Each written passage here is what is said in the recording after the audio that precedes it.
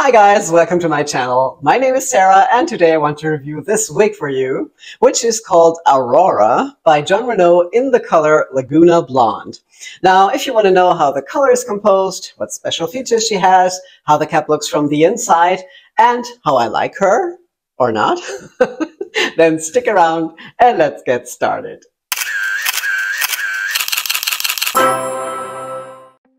So, Aurora is part of the Jon Renau Heat Defined collection. I don't remember if it was part 2 or part 1. They had 2, and this was released, I think it was the fall and winter collection of 2024. And when I saw the new styles, I thought I have to have them all because I really loved all of them, or at least 3. And I have or had 3 of them and have already sold 1 and also decided to sell the second one again, and which is this one that I'm wearing right now. And the only one I still have, which might be from the first collection, I don't remember, is Maeve, which I wear from time to time. And now I usually am a Jon Renau fan. I like their colors, but not as much as I like other colors like Shaded Biscuit from Raquel Welch or also the new Beltress City Collection colors.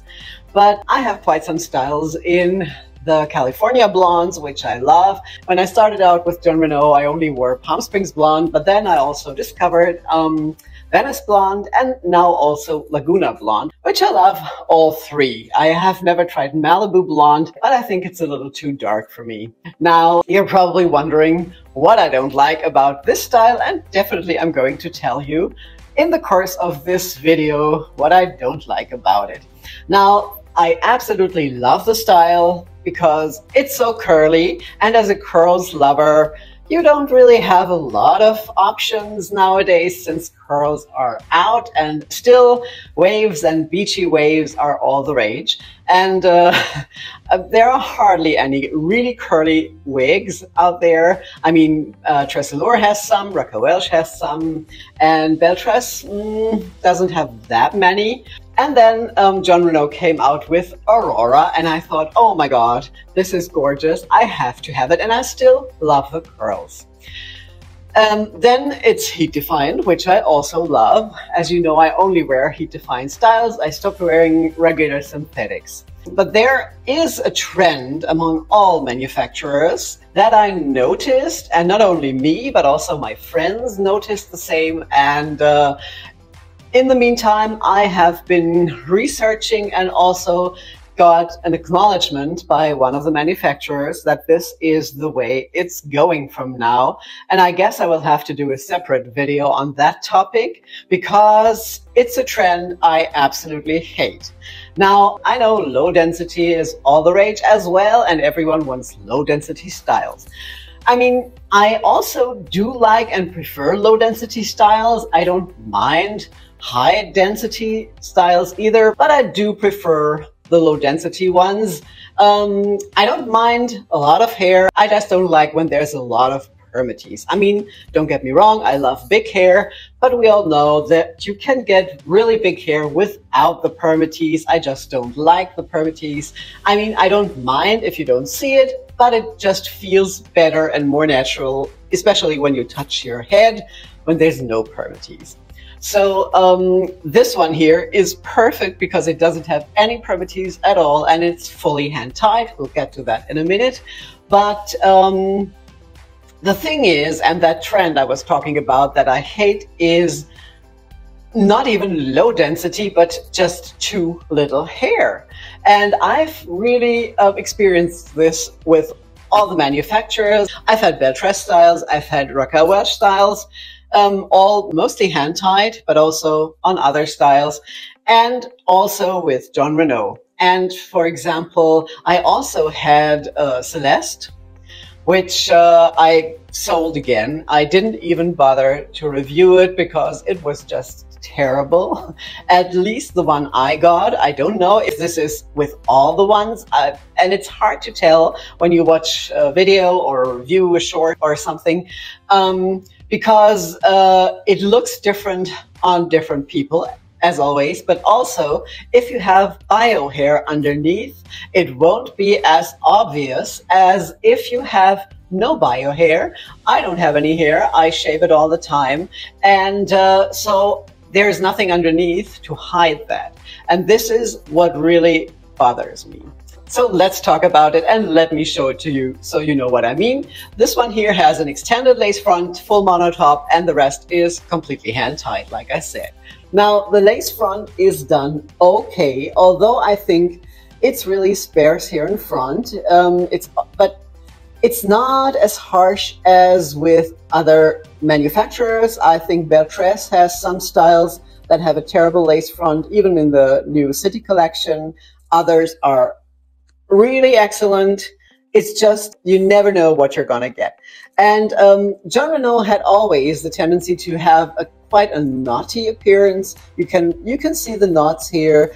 And this is something they, you know, some like it, others don't. I'm somewhere in between. But if you have a look at that monotop, or the part rather, I think this is just too scarce. There's too little hair, and it just looks a little bit like alopecia. Wouldn't you agree? I mean, I do have alopecia. That's why I wear wigs, and I don't want to wear a wig and everyone go, oh, that poor woman, she has alopecia. I mean, what's the point of wearing a wig then? And I mean, this is just, you know, it's okay. I've seen worse, and it was really worse on Celeste. That one even had less hair than this one, but I just don't feel comfortable wearing this style. Now, you're probably asking yourself, what is she talking about? Because I'm always the one who told you that the part or the monotop is knotted too densely. You can't really see through to your scalp. You have to pluck, etc., etc. And now this is too much. Well, but I think there is a difference between, you know, too dense and too scarce and too low density. There are the perfect monotops, and I think the perfect ones are the ones from Raquel Welch and Tressalure. Sometimes also Beltress, and on other styles also Jon Renau, but not in this case, in my opinion. And like I said, I've had this also with all the other manufacturers, at least the ones I wear regularly that I just named. And I just don't like this trend. I mean, you can have low density overall, but not just on one place, and that's up here. I mean, what's their intention, right? Okay. And another thing I don't like about the color here is that they don't have any highlights here at the lace front, at the hairline. I think the contrast between the very bright blonde and the root is too harsh, and the root is a little too dark. Although it's not an 8 root, it's a 12. It's not as dark as on other styles, like on Shaded Biscuit, for example, but I always prefer when they have at least some highlights at the hairline, so the knotting isn't that obvious and it just looks a little softer and not that dark. Apart from that, I really like the color, and unfortunately on the California blondes, Jon Renau only does that on the Venice blonde. They don't do it on Laguna blonde, not on Palm Springs blonde. I'm not sure about the Malibu blonde because I never had that, but I know that there's only highlights at the hairline on the Venice blonde.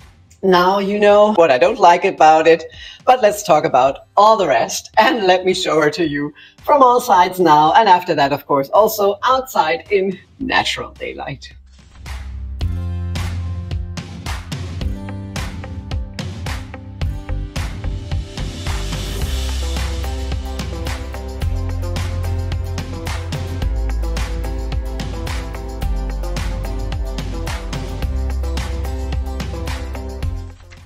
So how do you like Aurora? Is she one for you? Do you love curls, or are you more the beach wave type? Please let me know in the comments below. I'd love to know.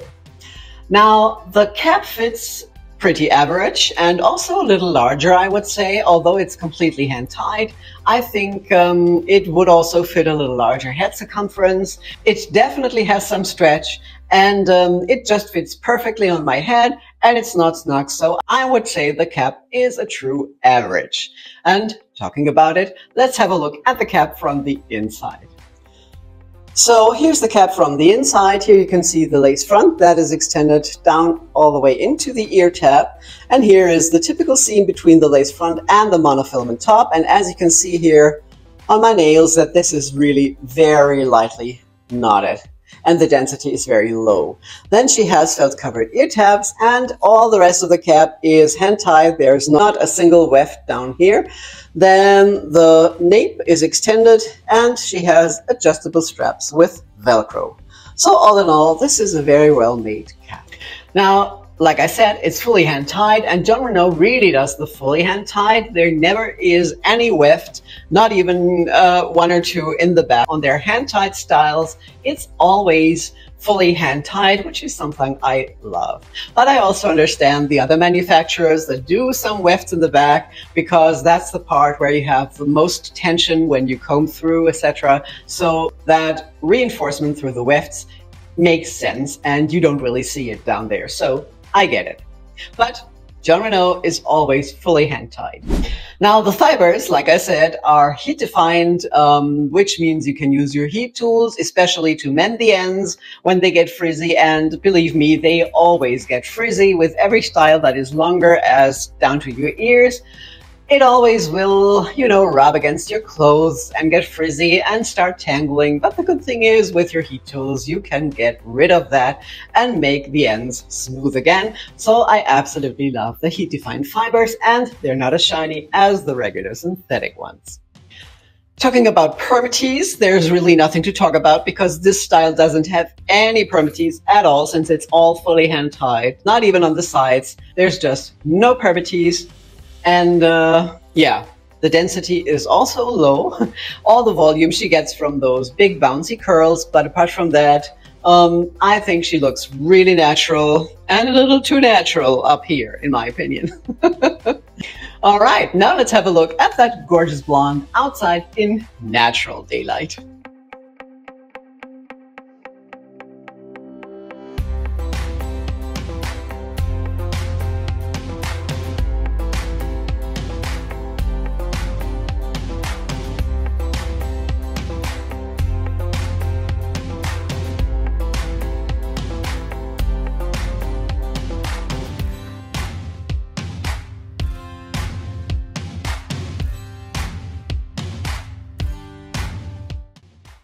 It's called Laguna Blonde and has the color code FS24102S12, and Jon Renau describes the color as a light natural gold blonde with pale natural gold blonde highlights and shaded with a light gold brown.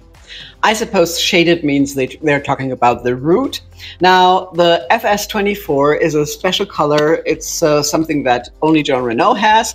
I actually forgot what it stands for.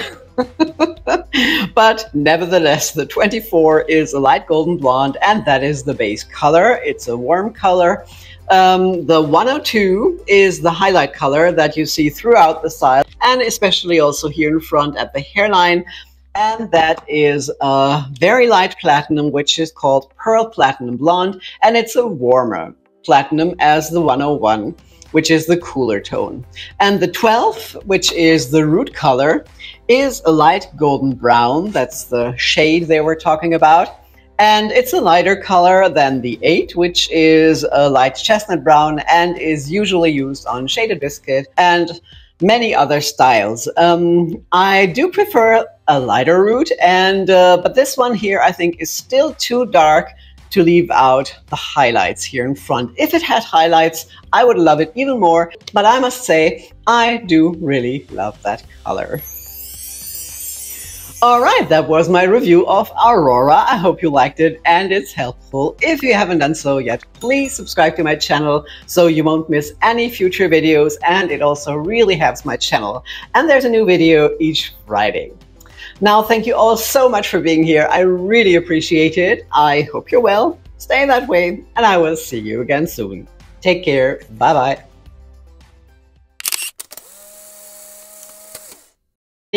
But Jon Renau has the one, but never, not that many. What's the, what? What's their intention? And shaded with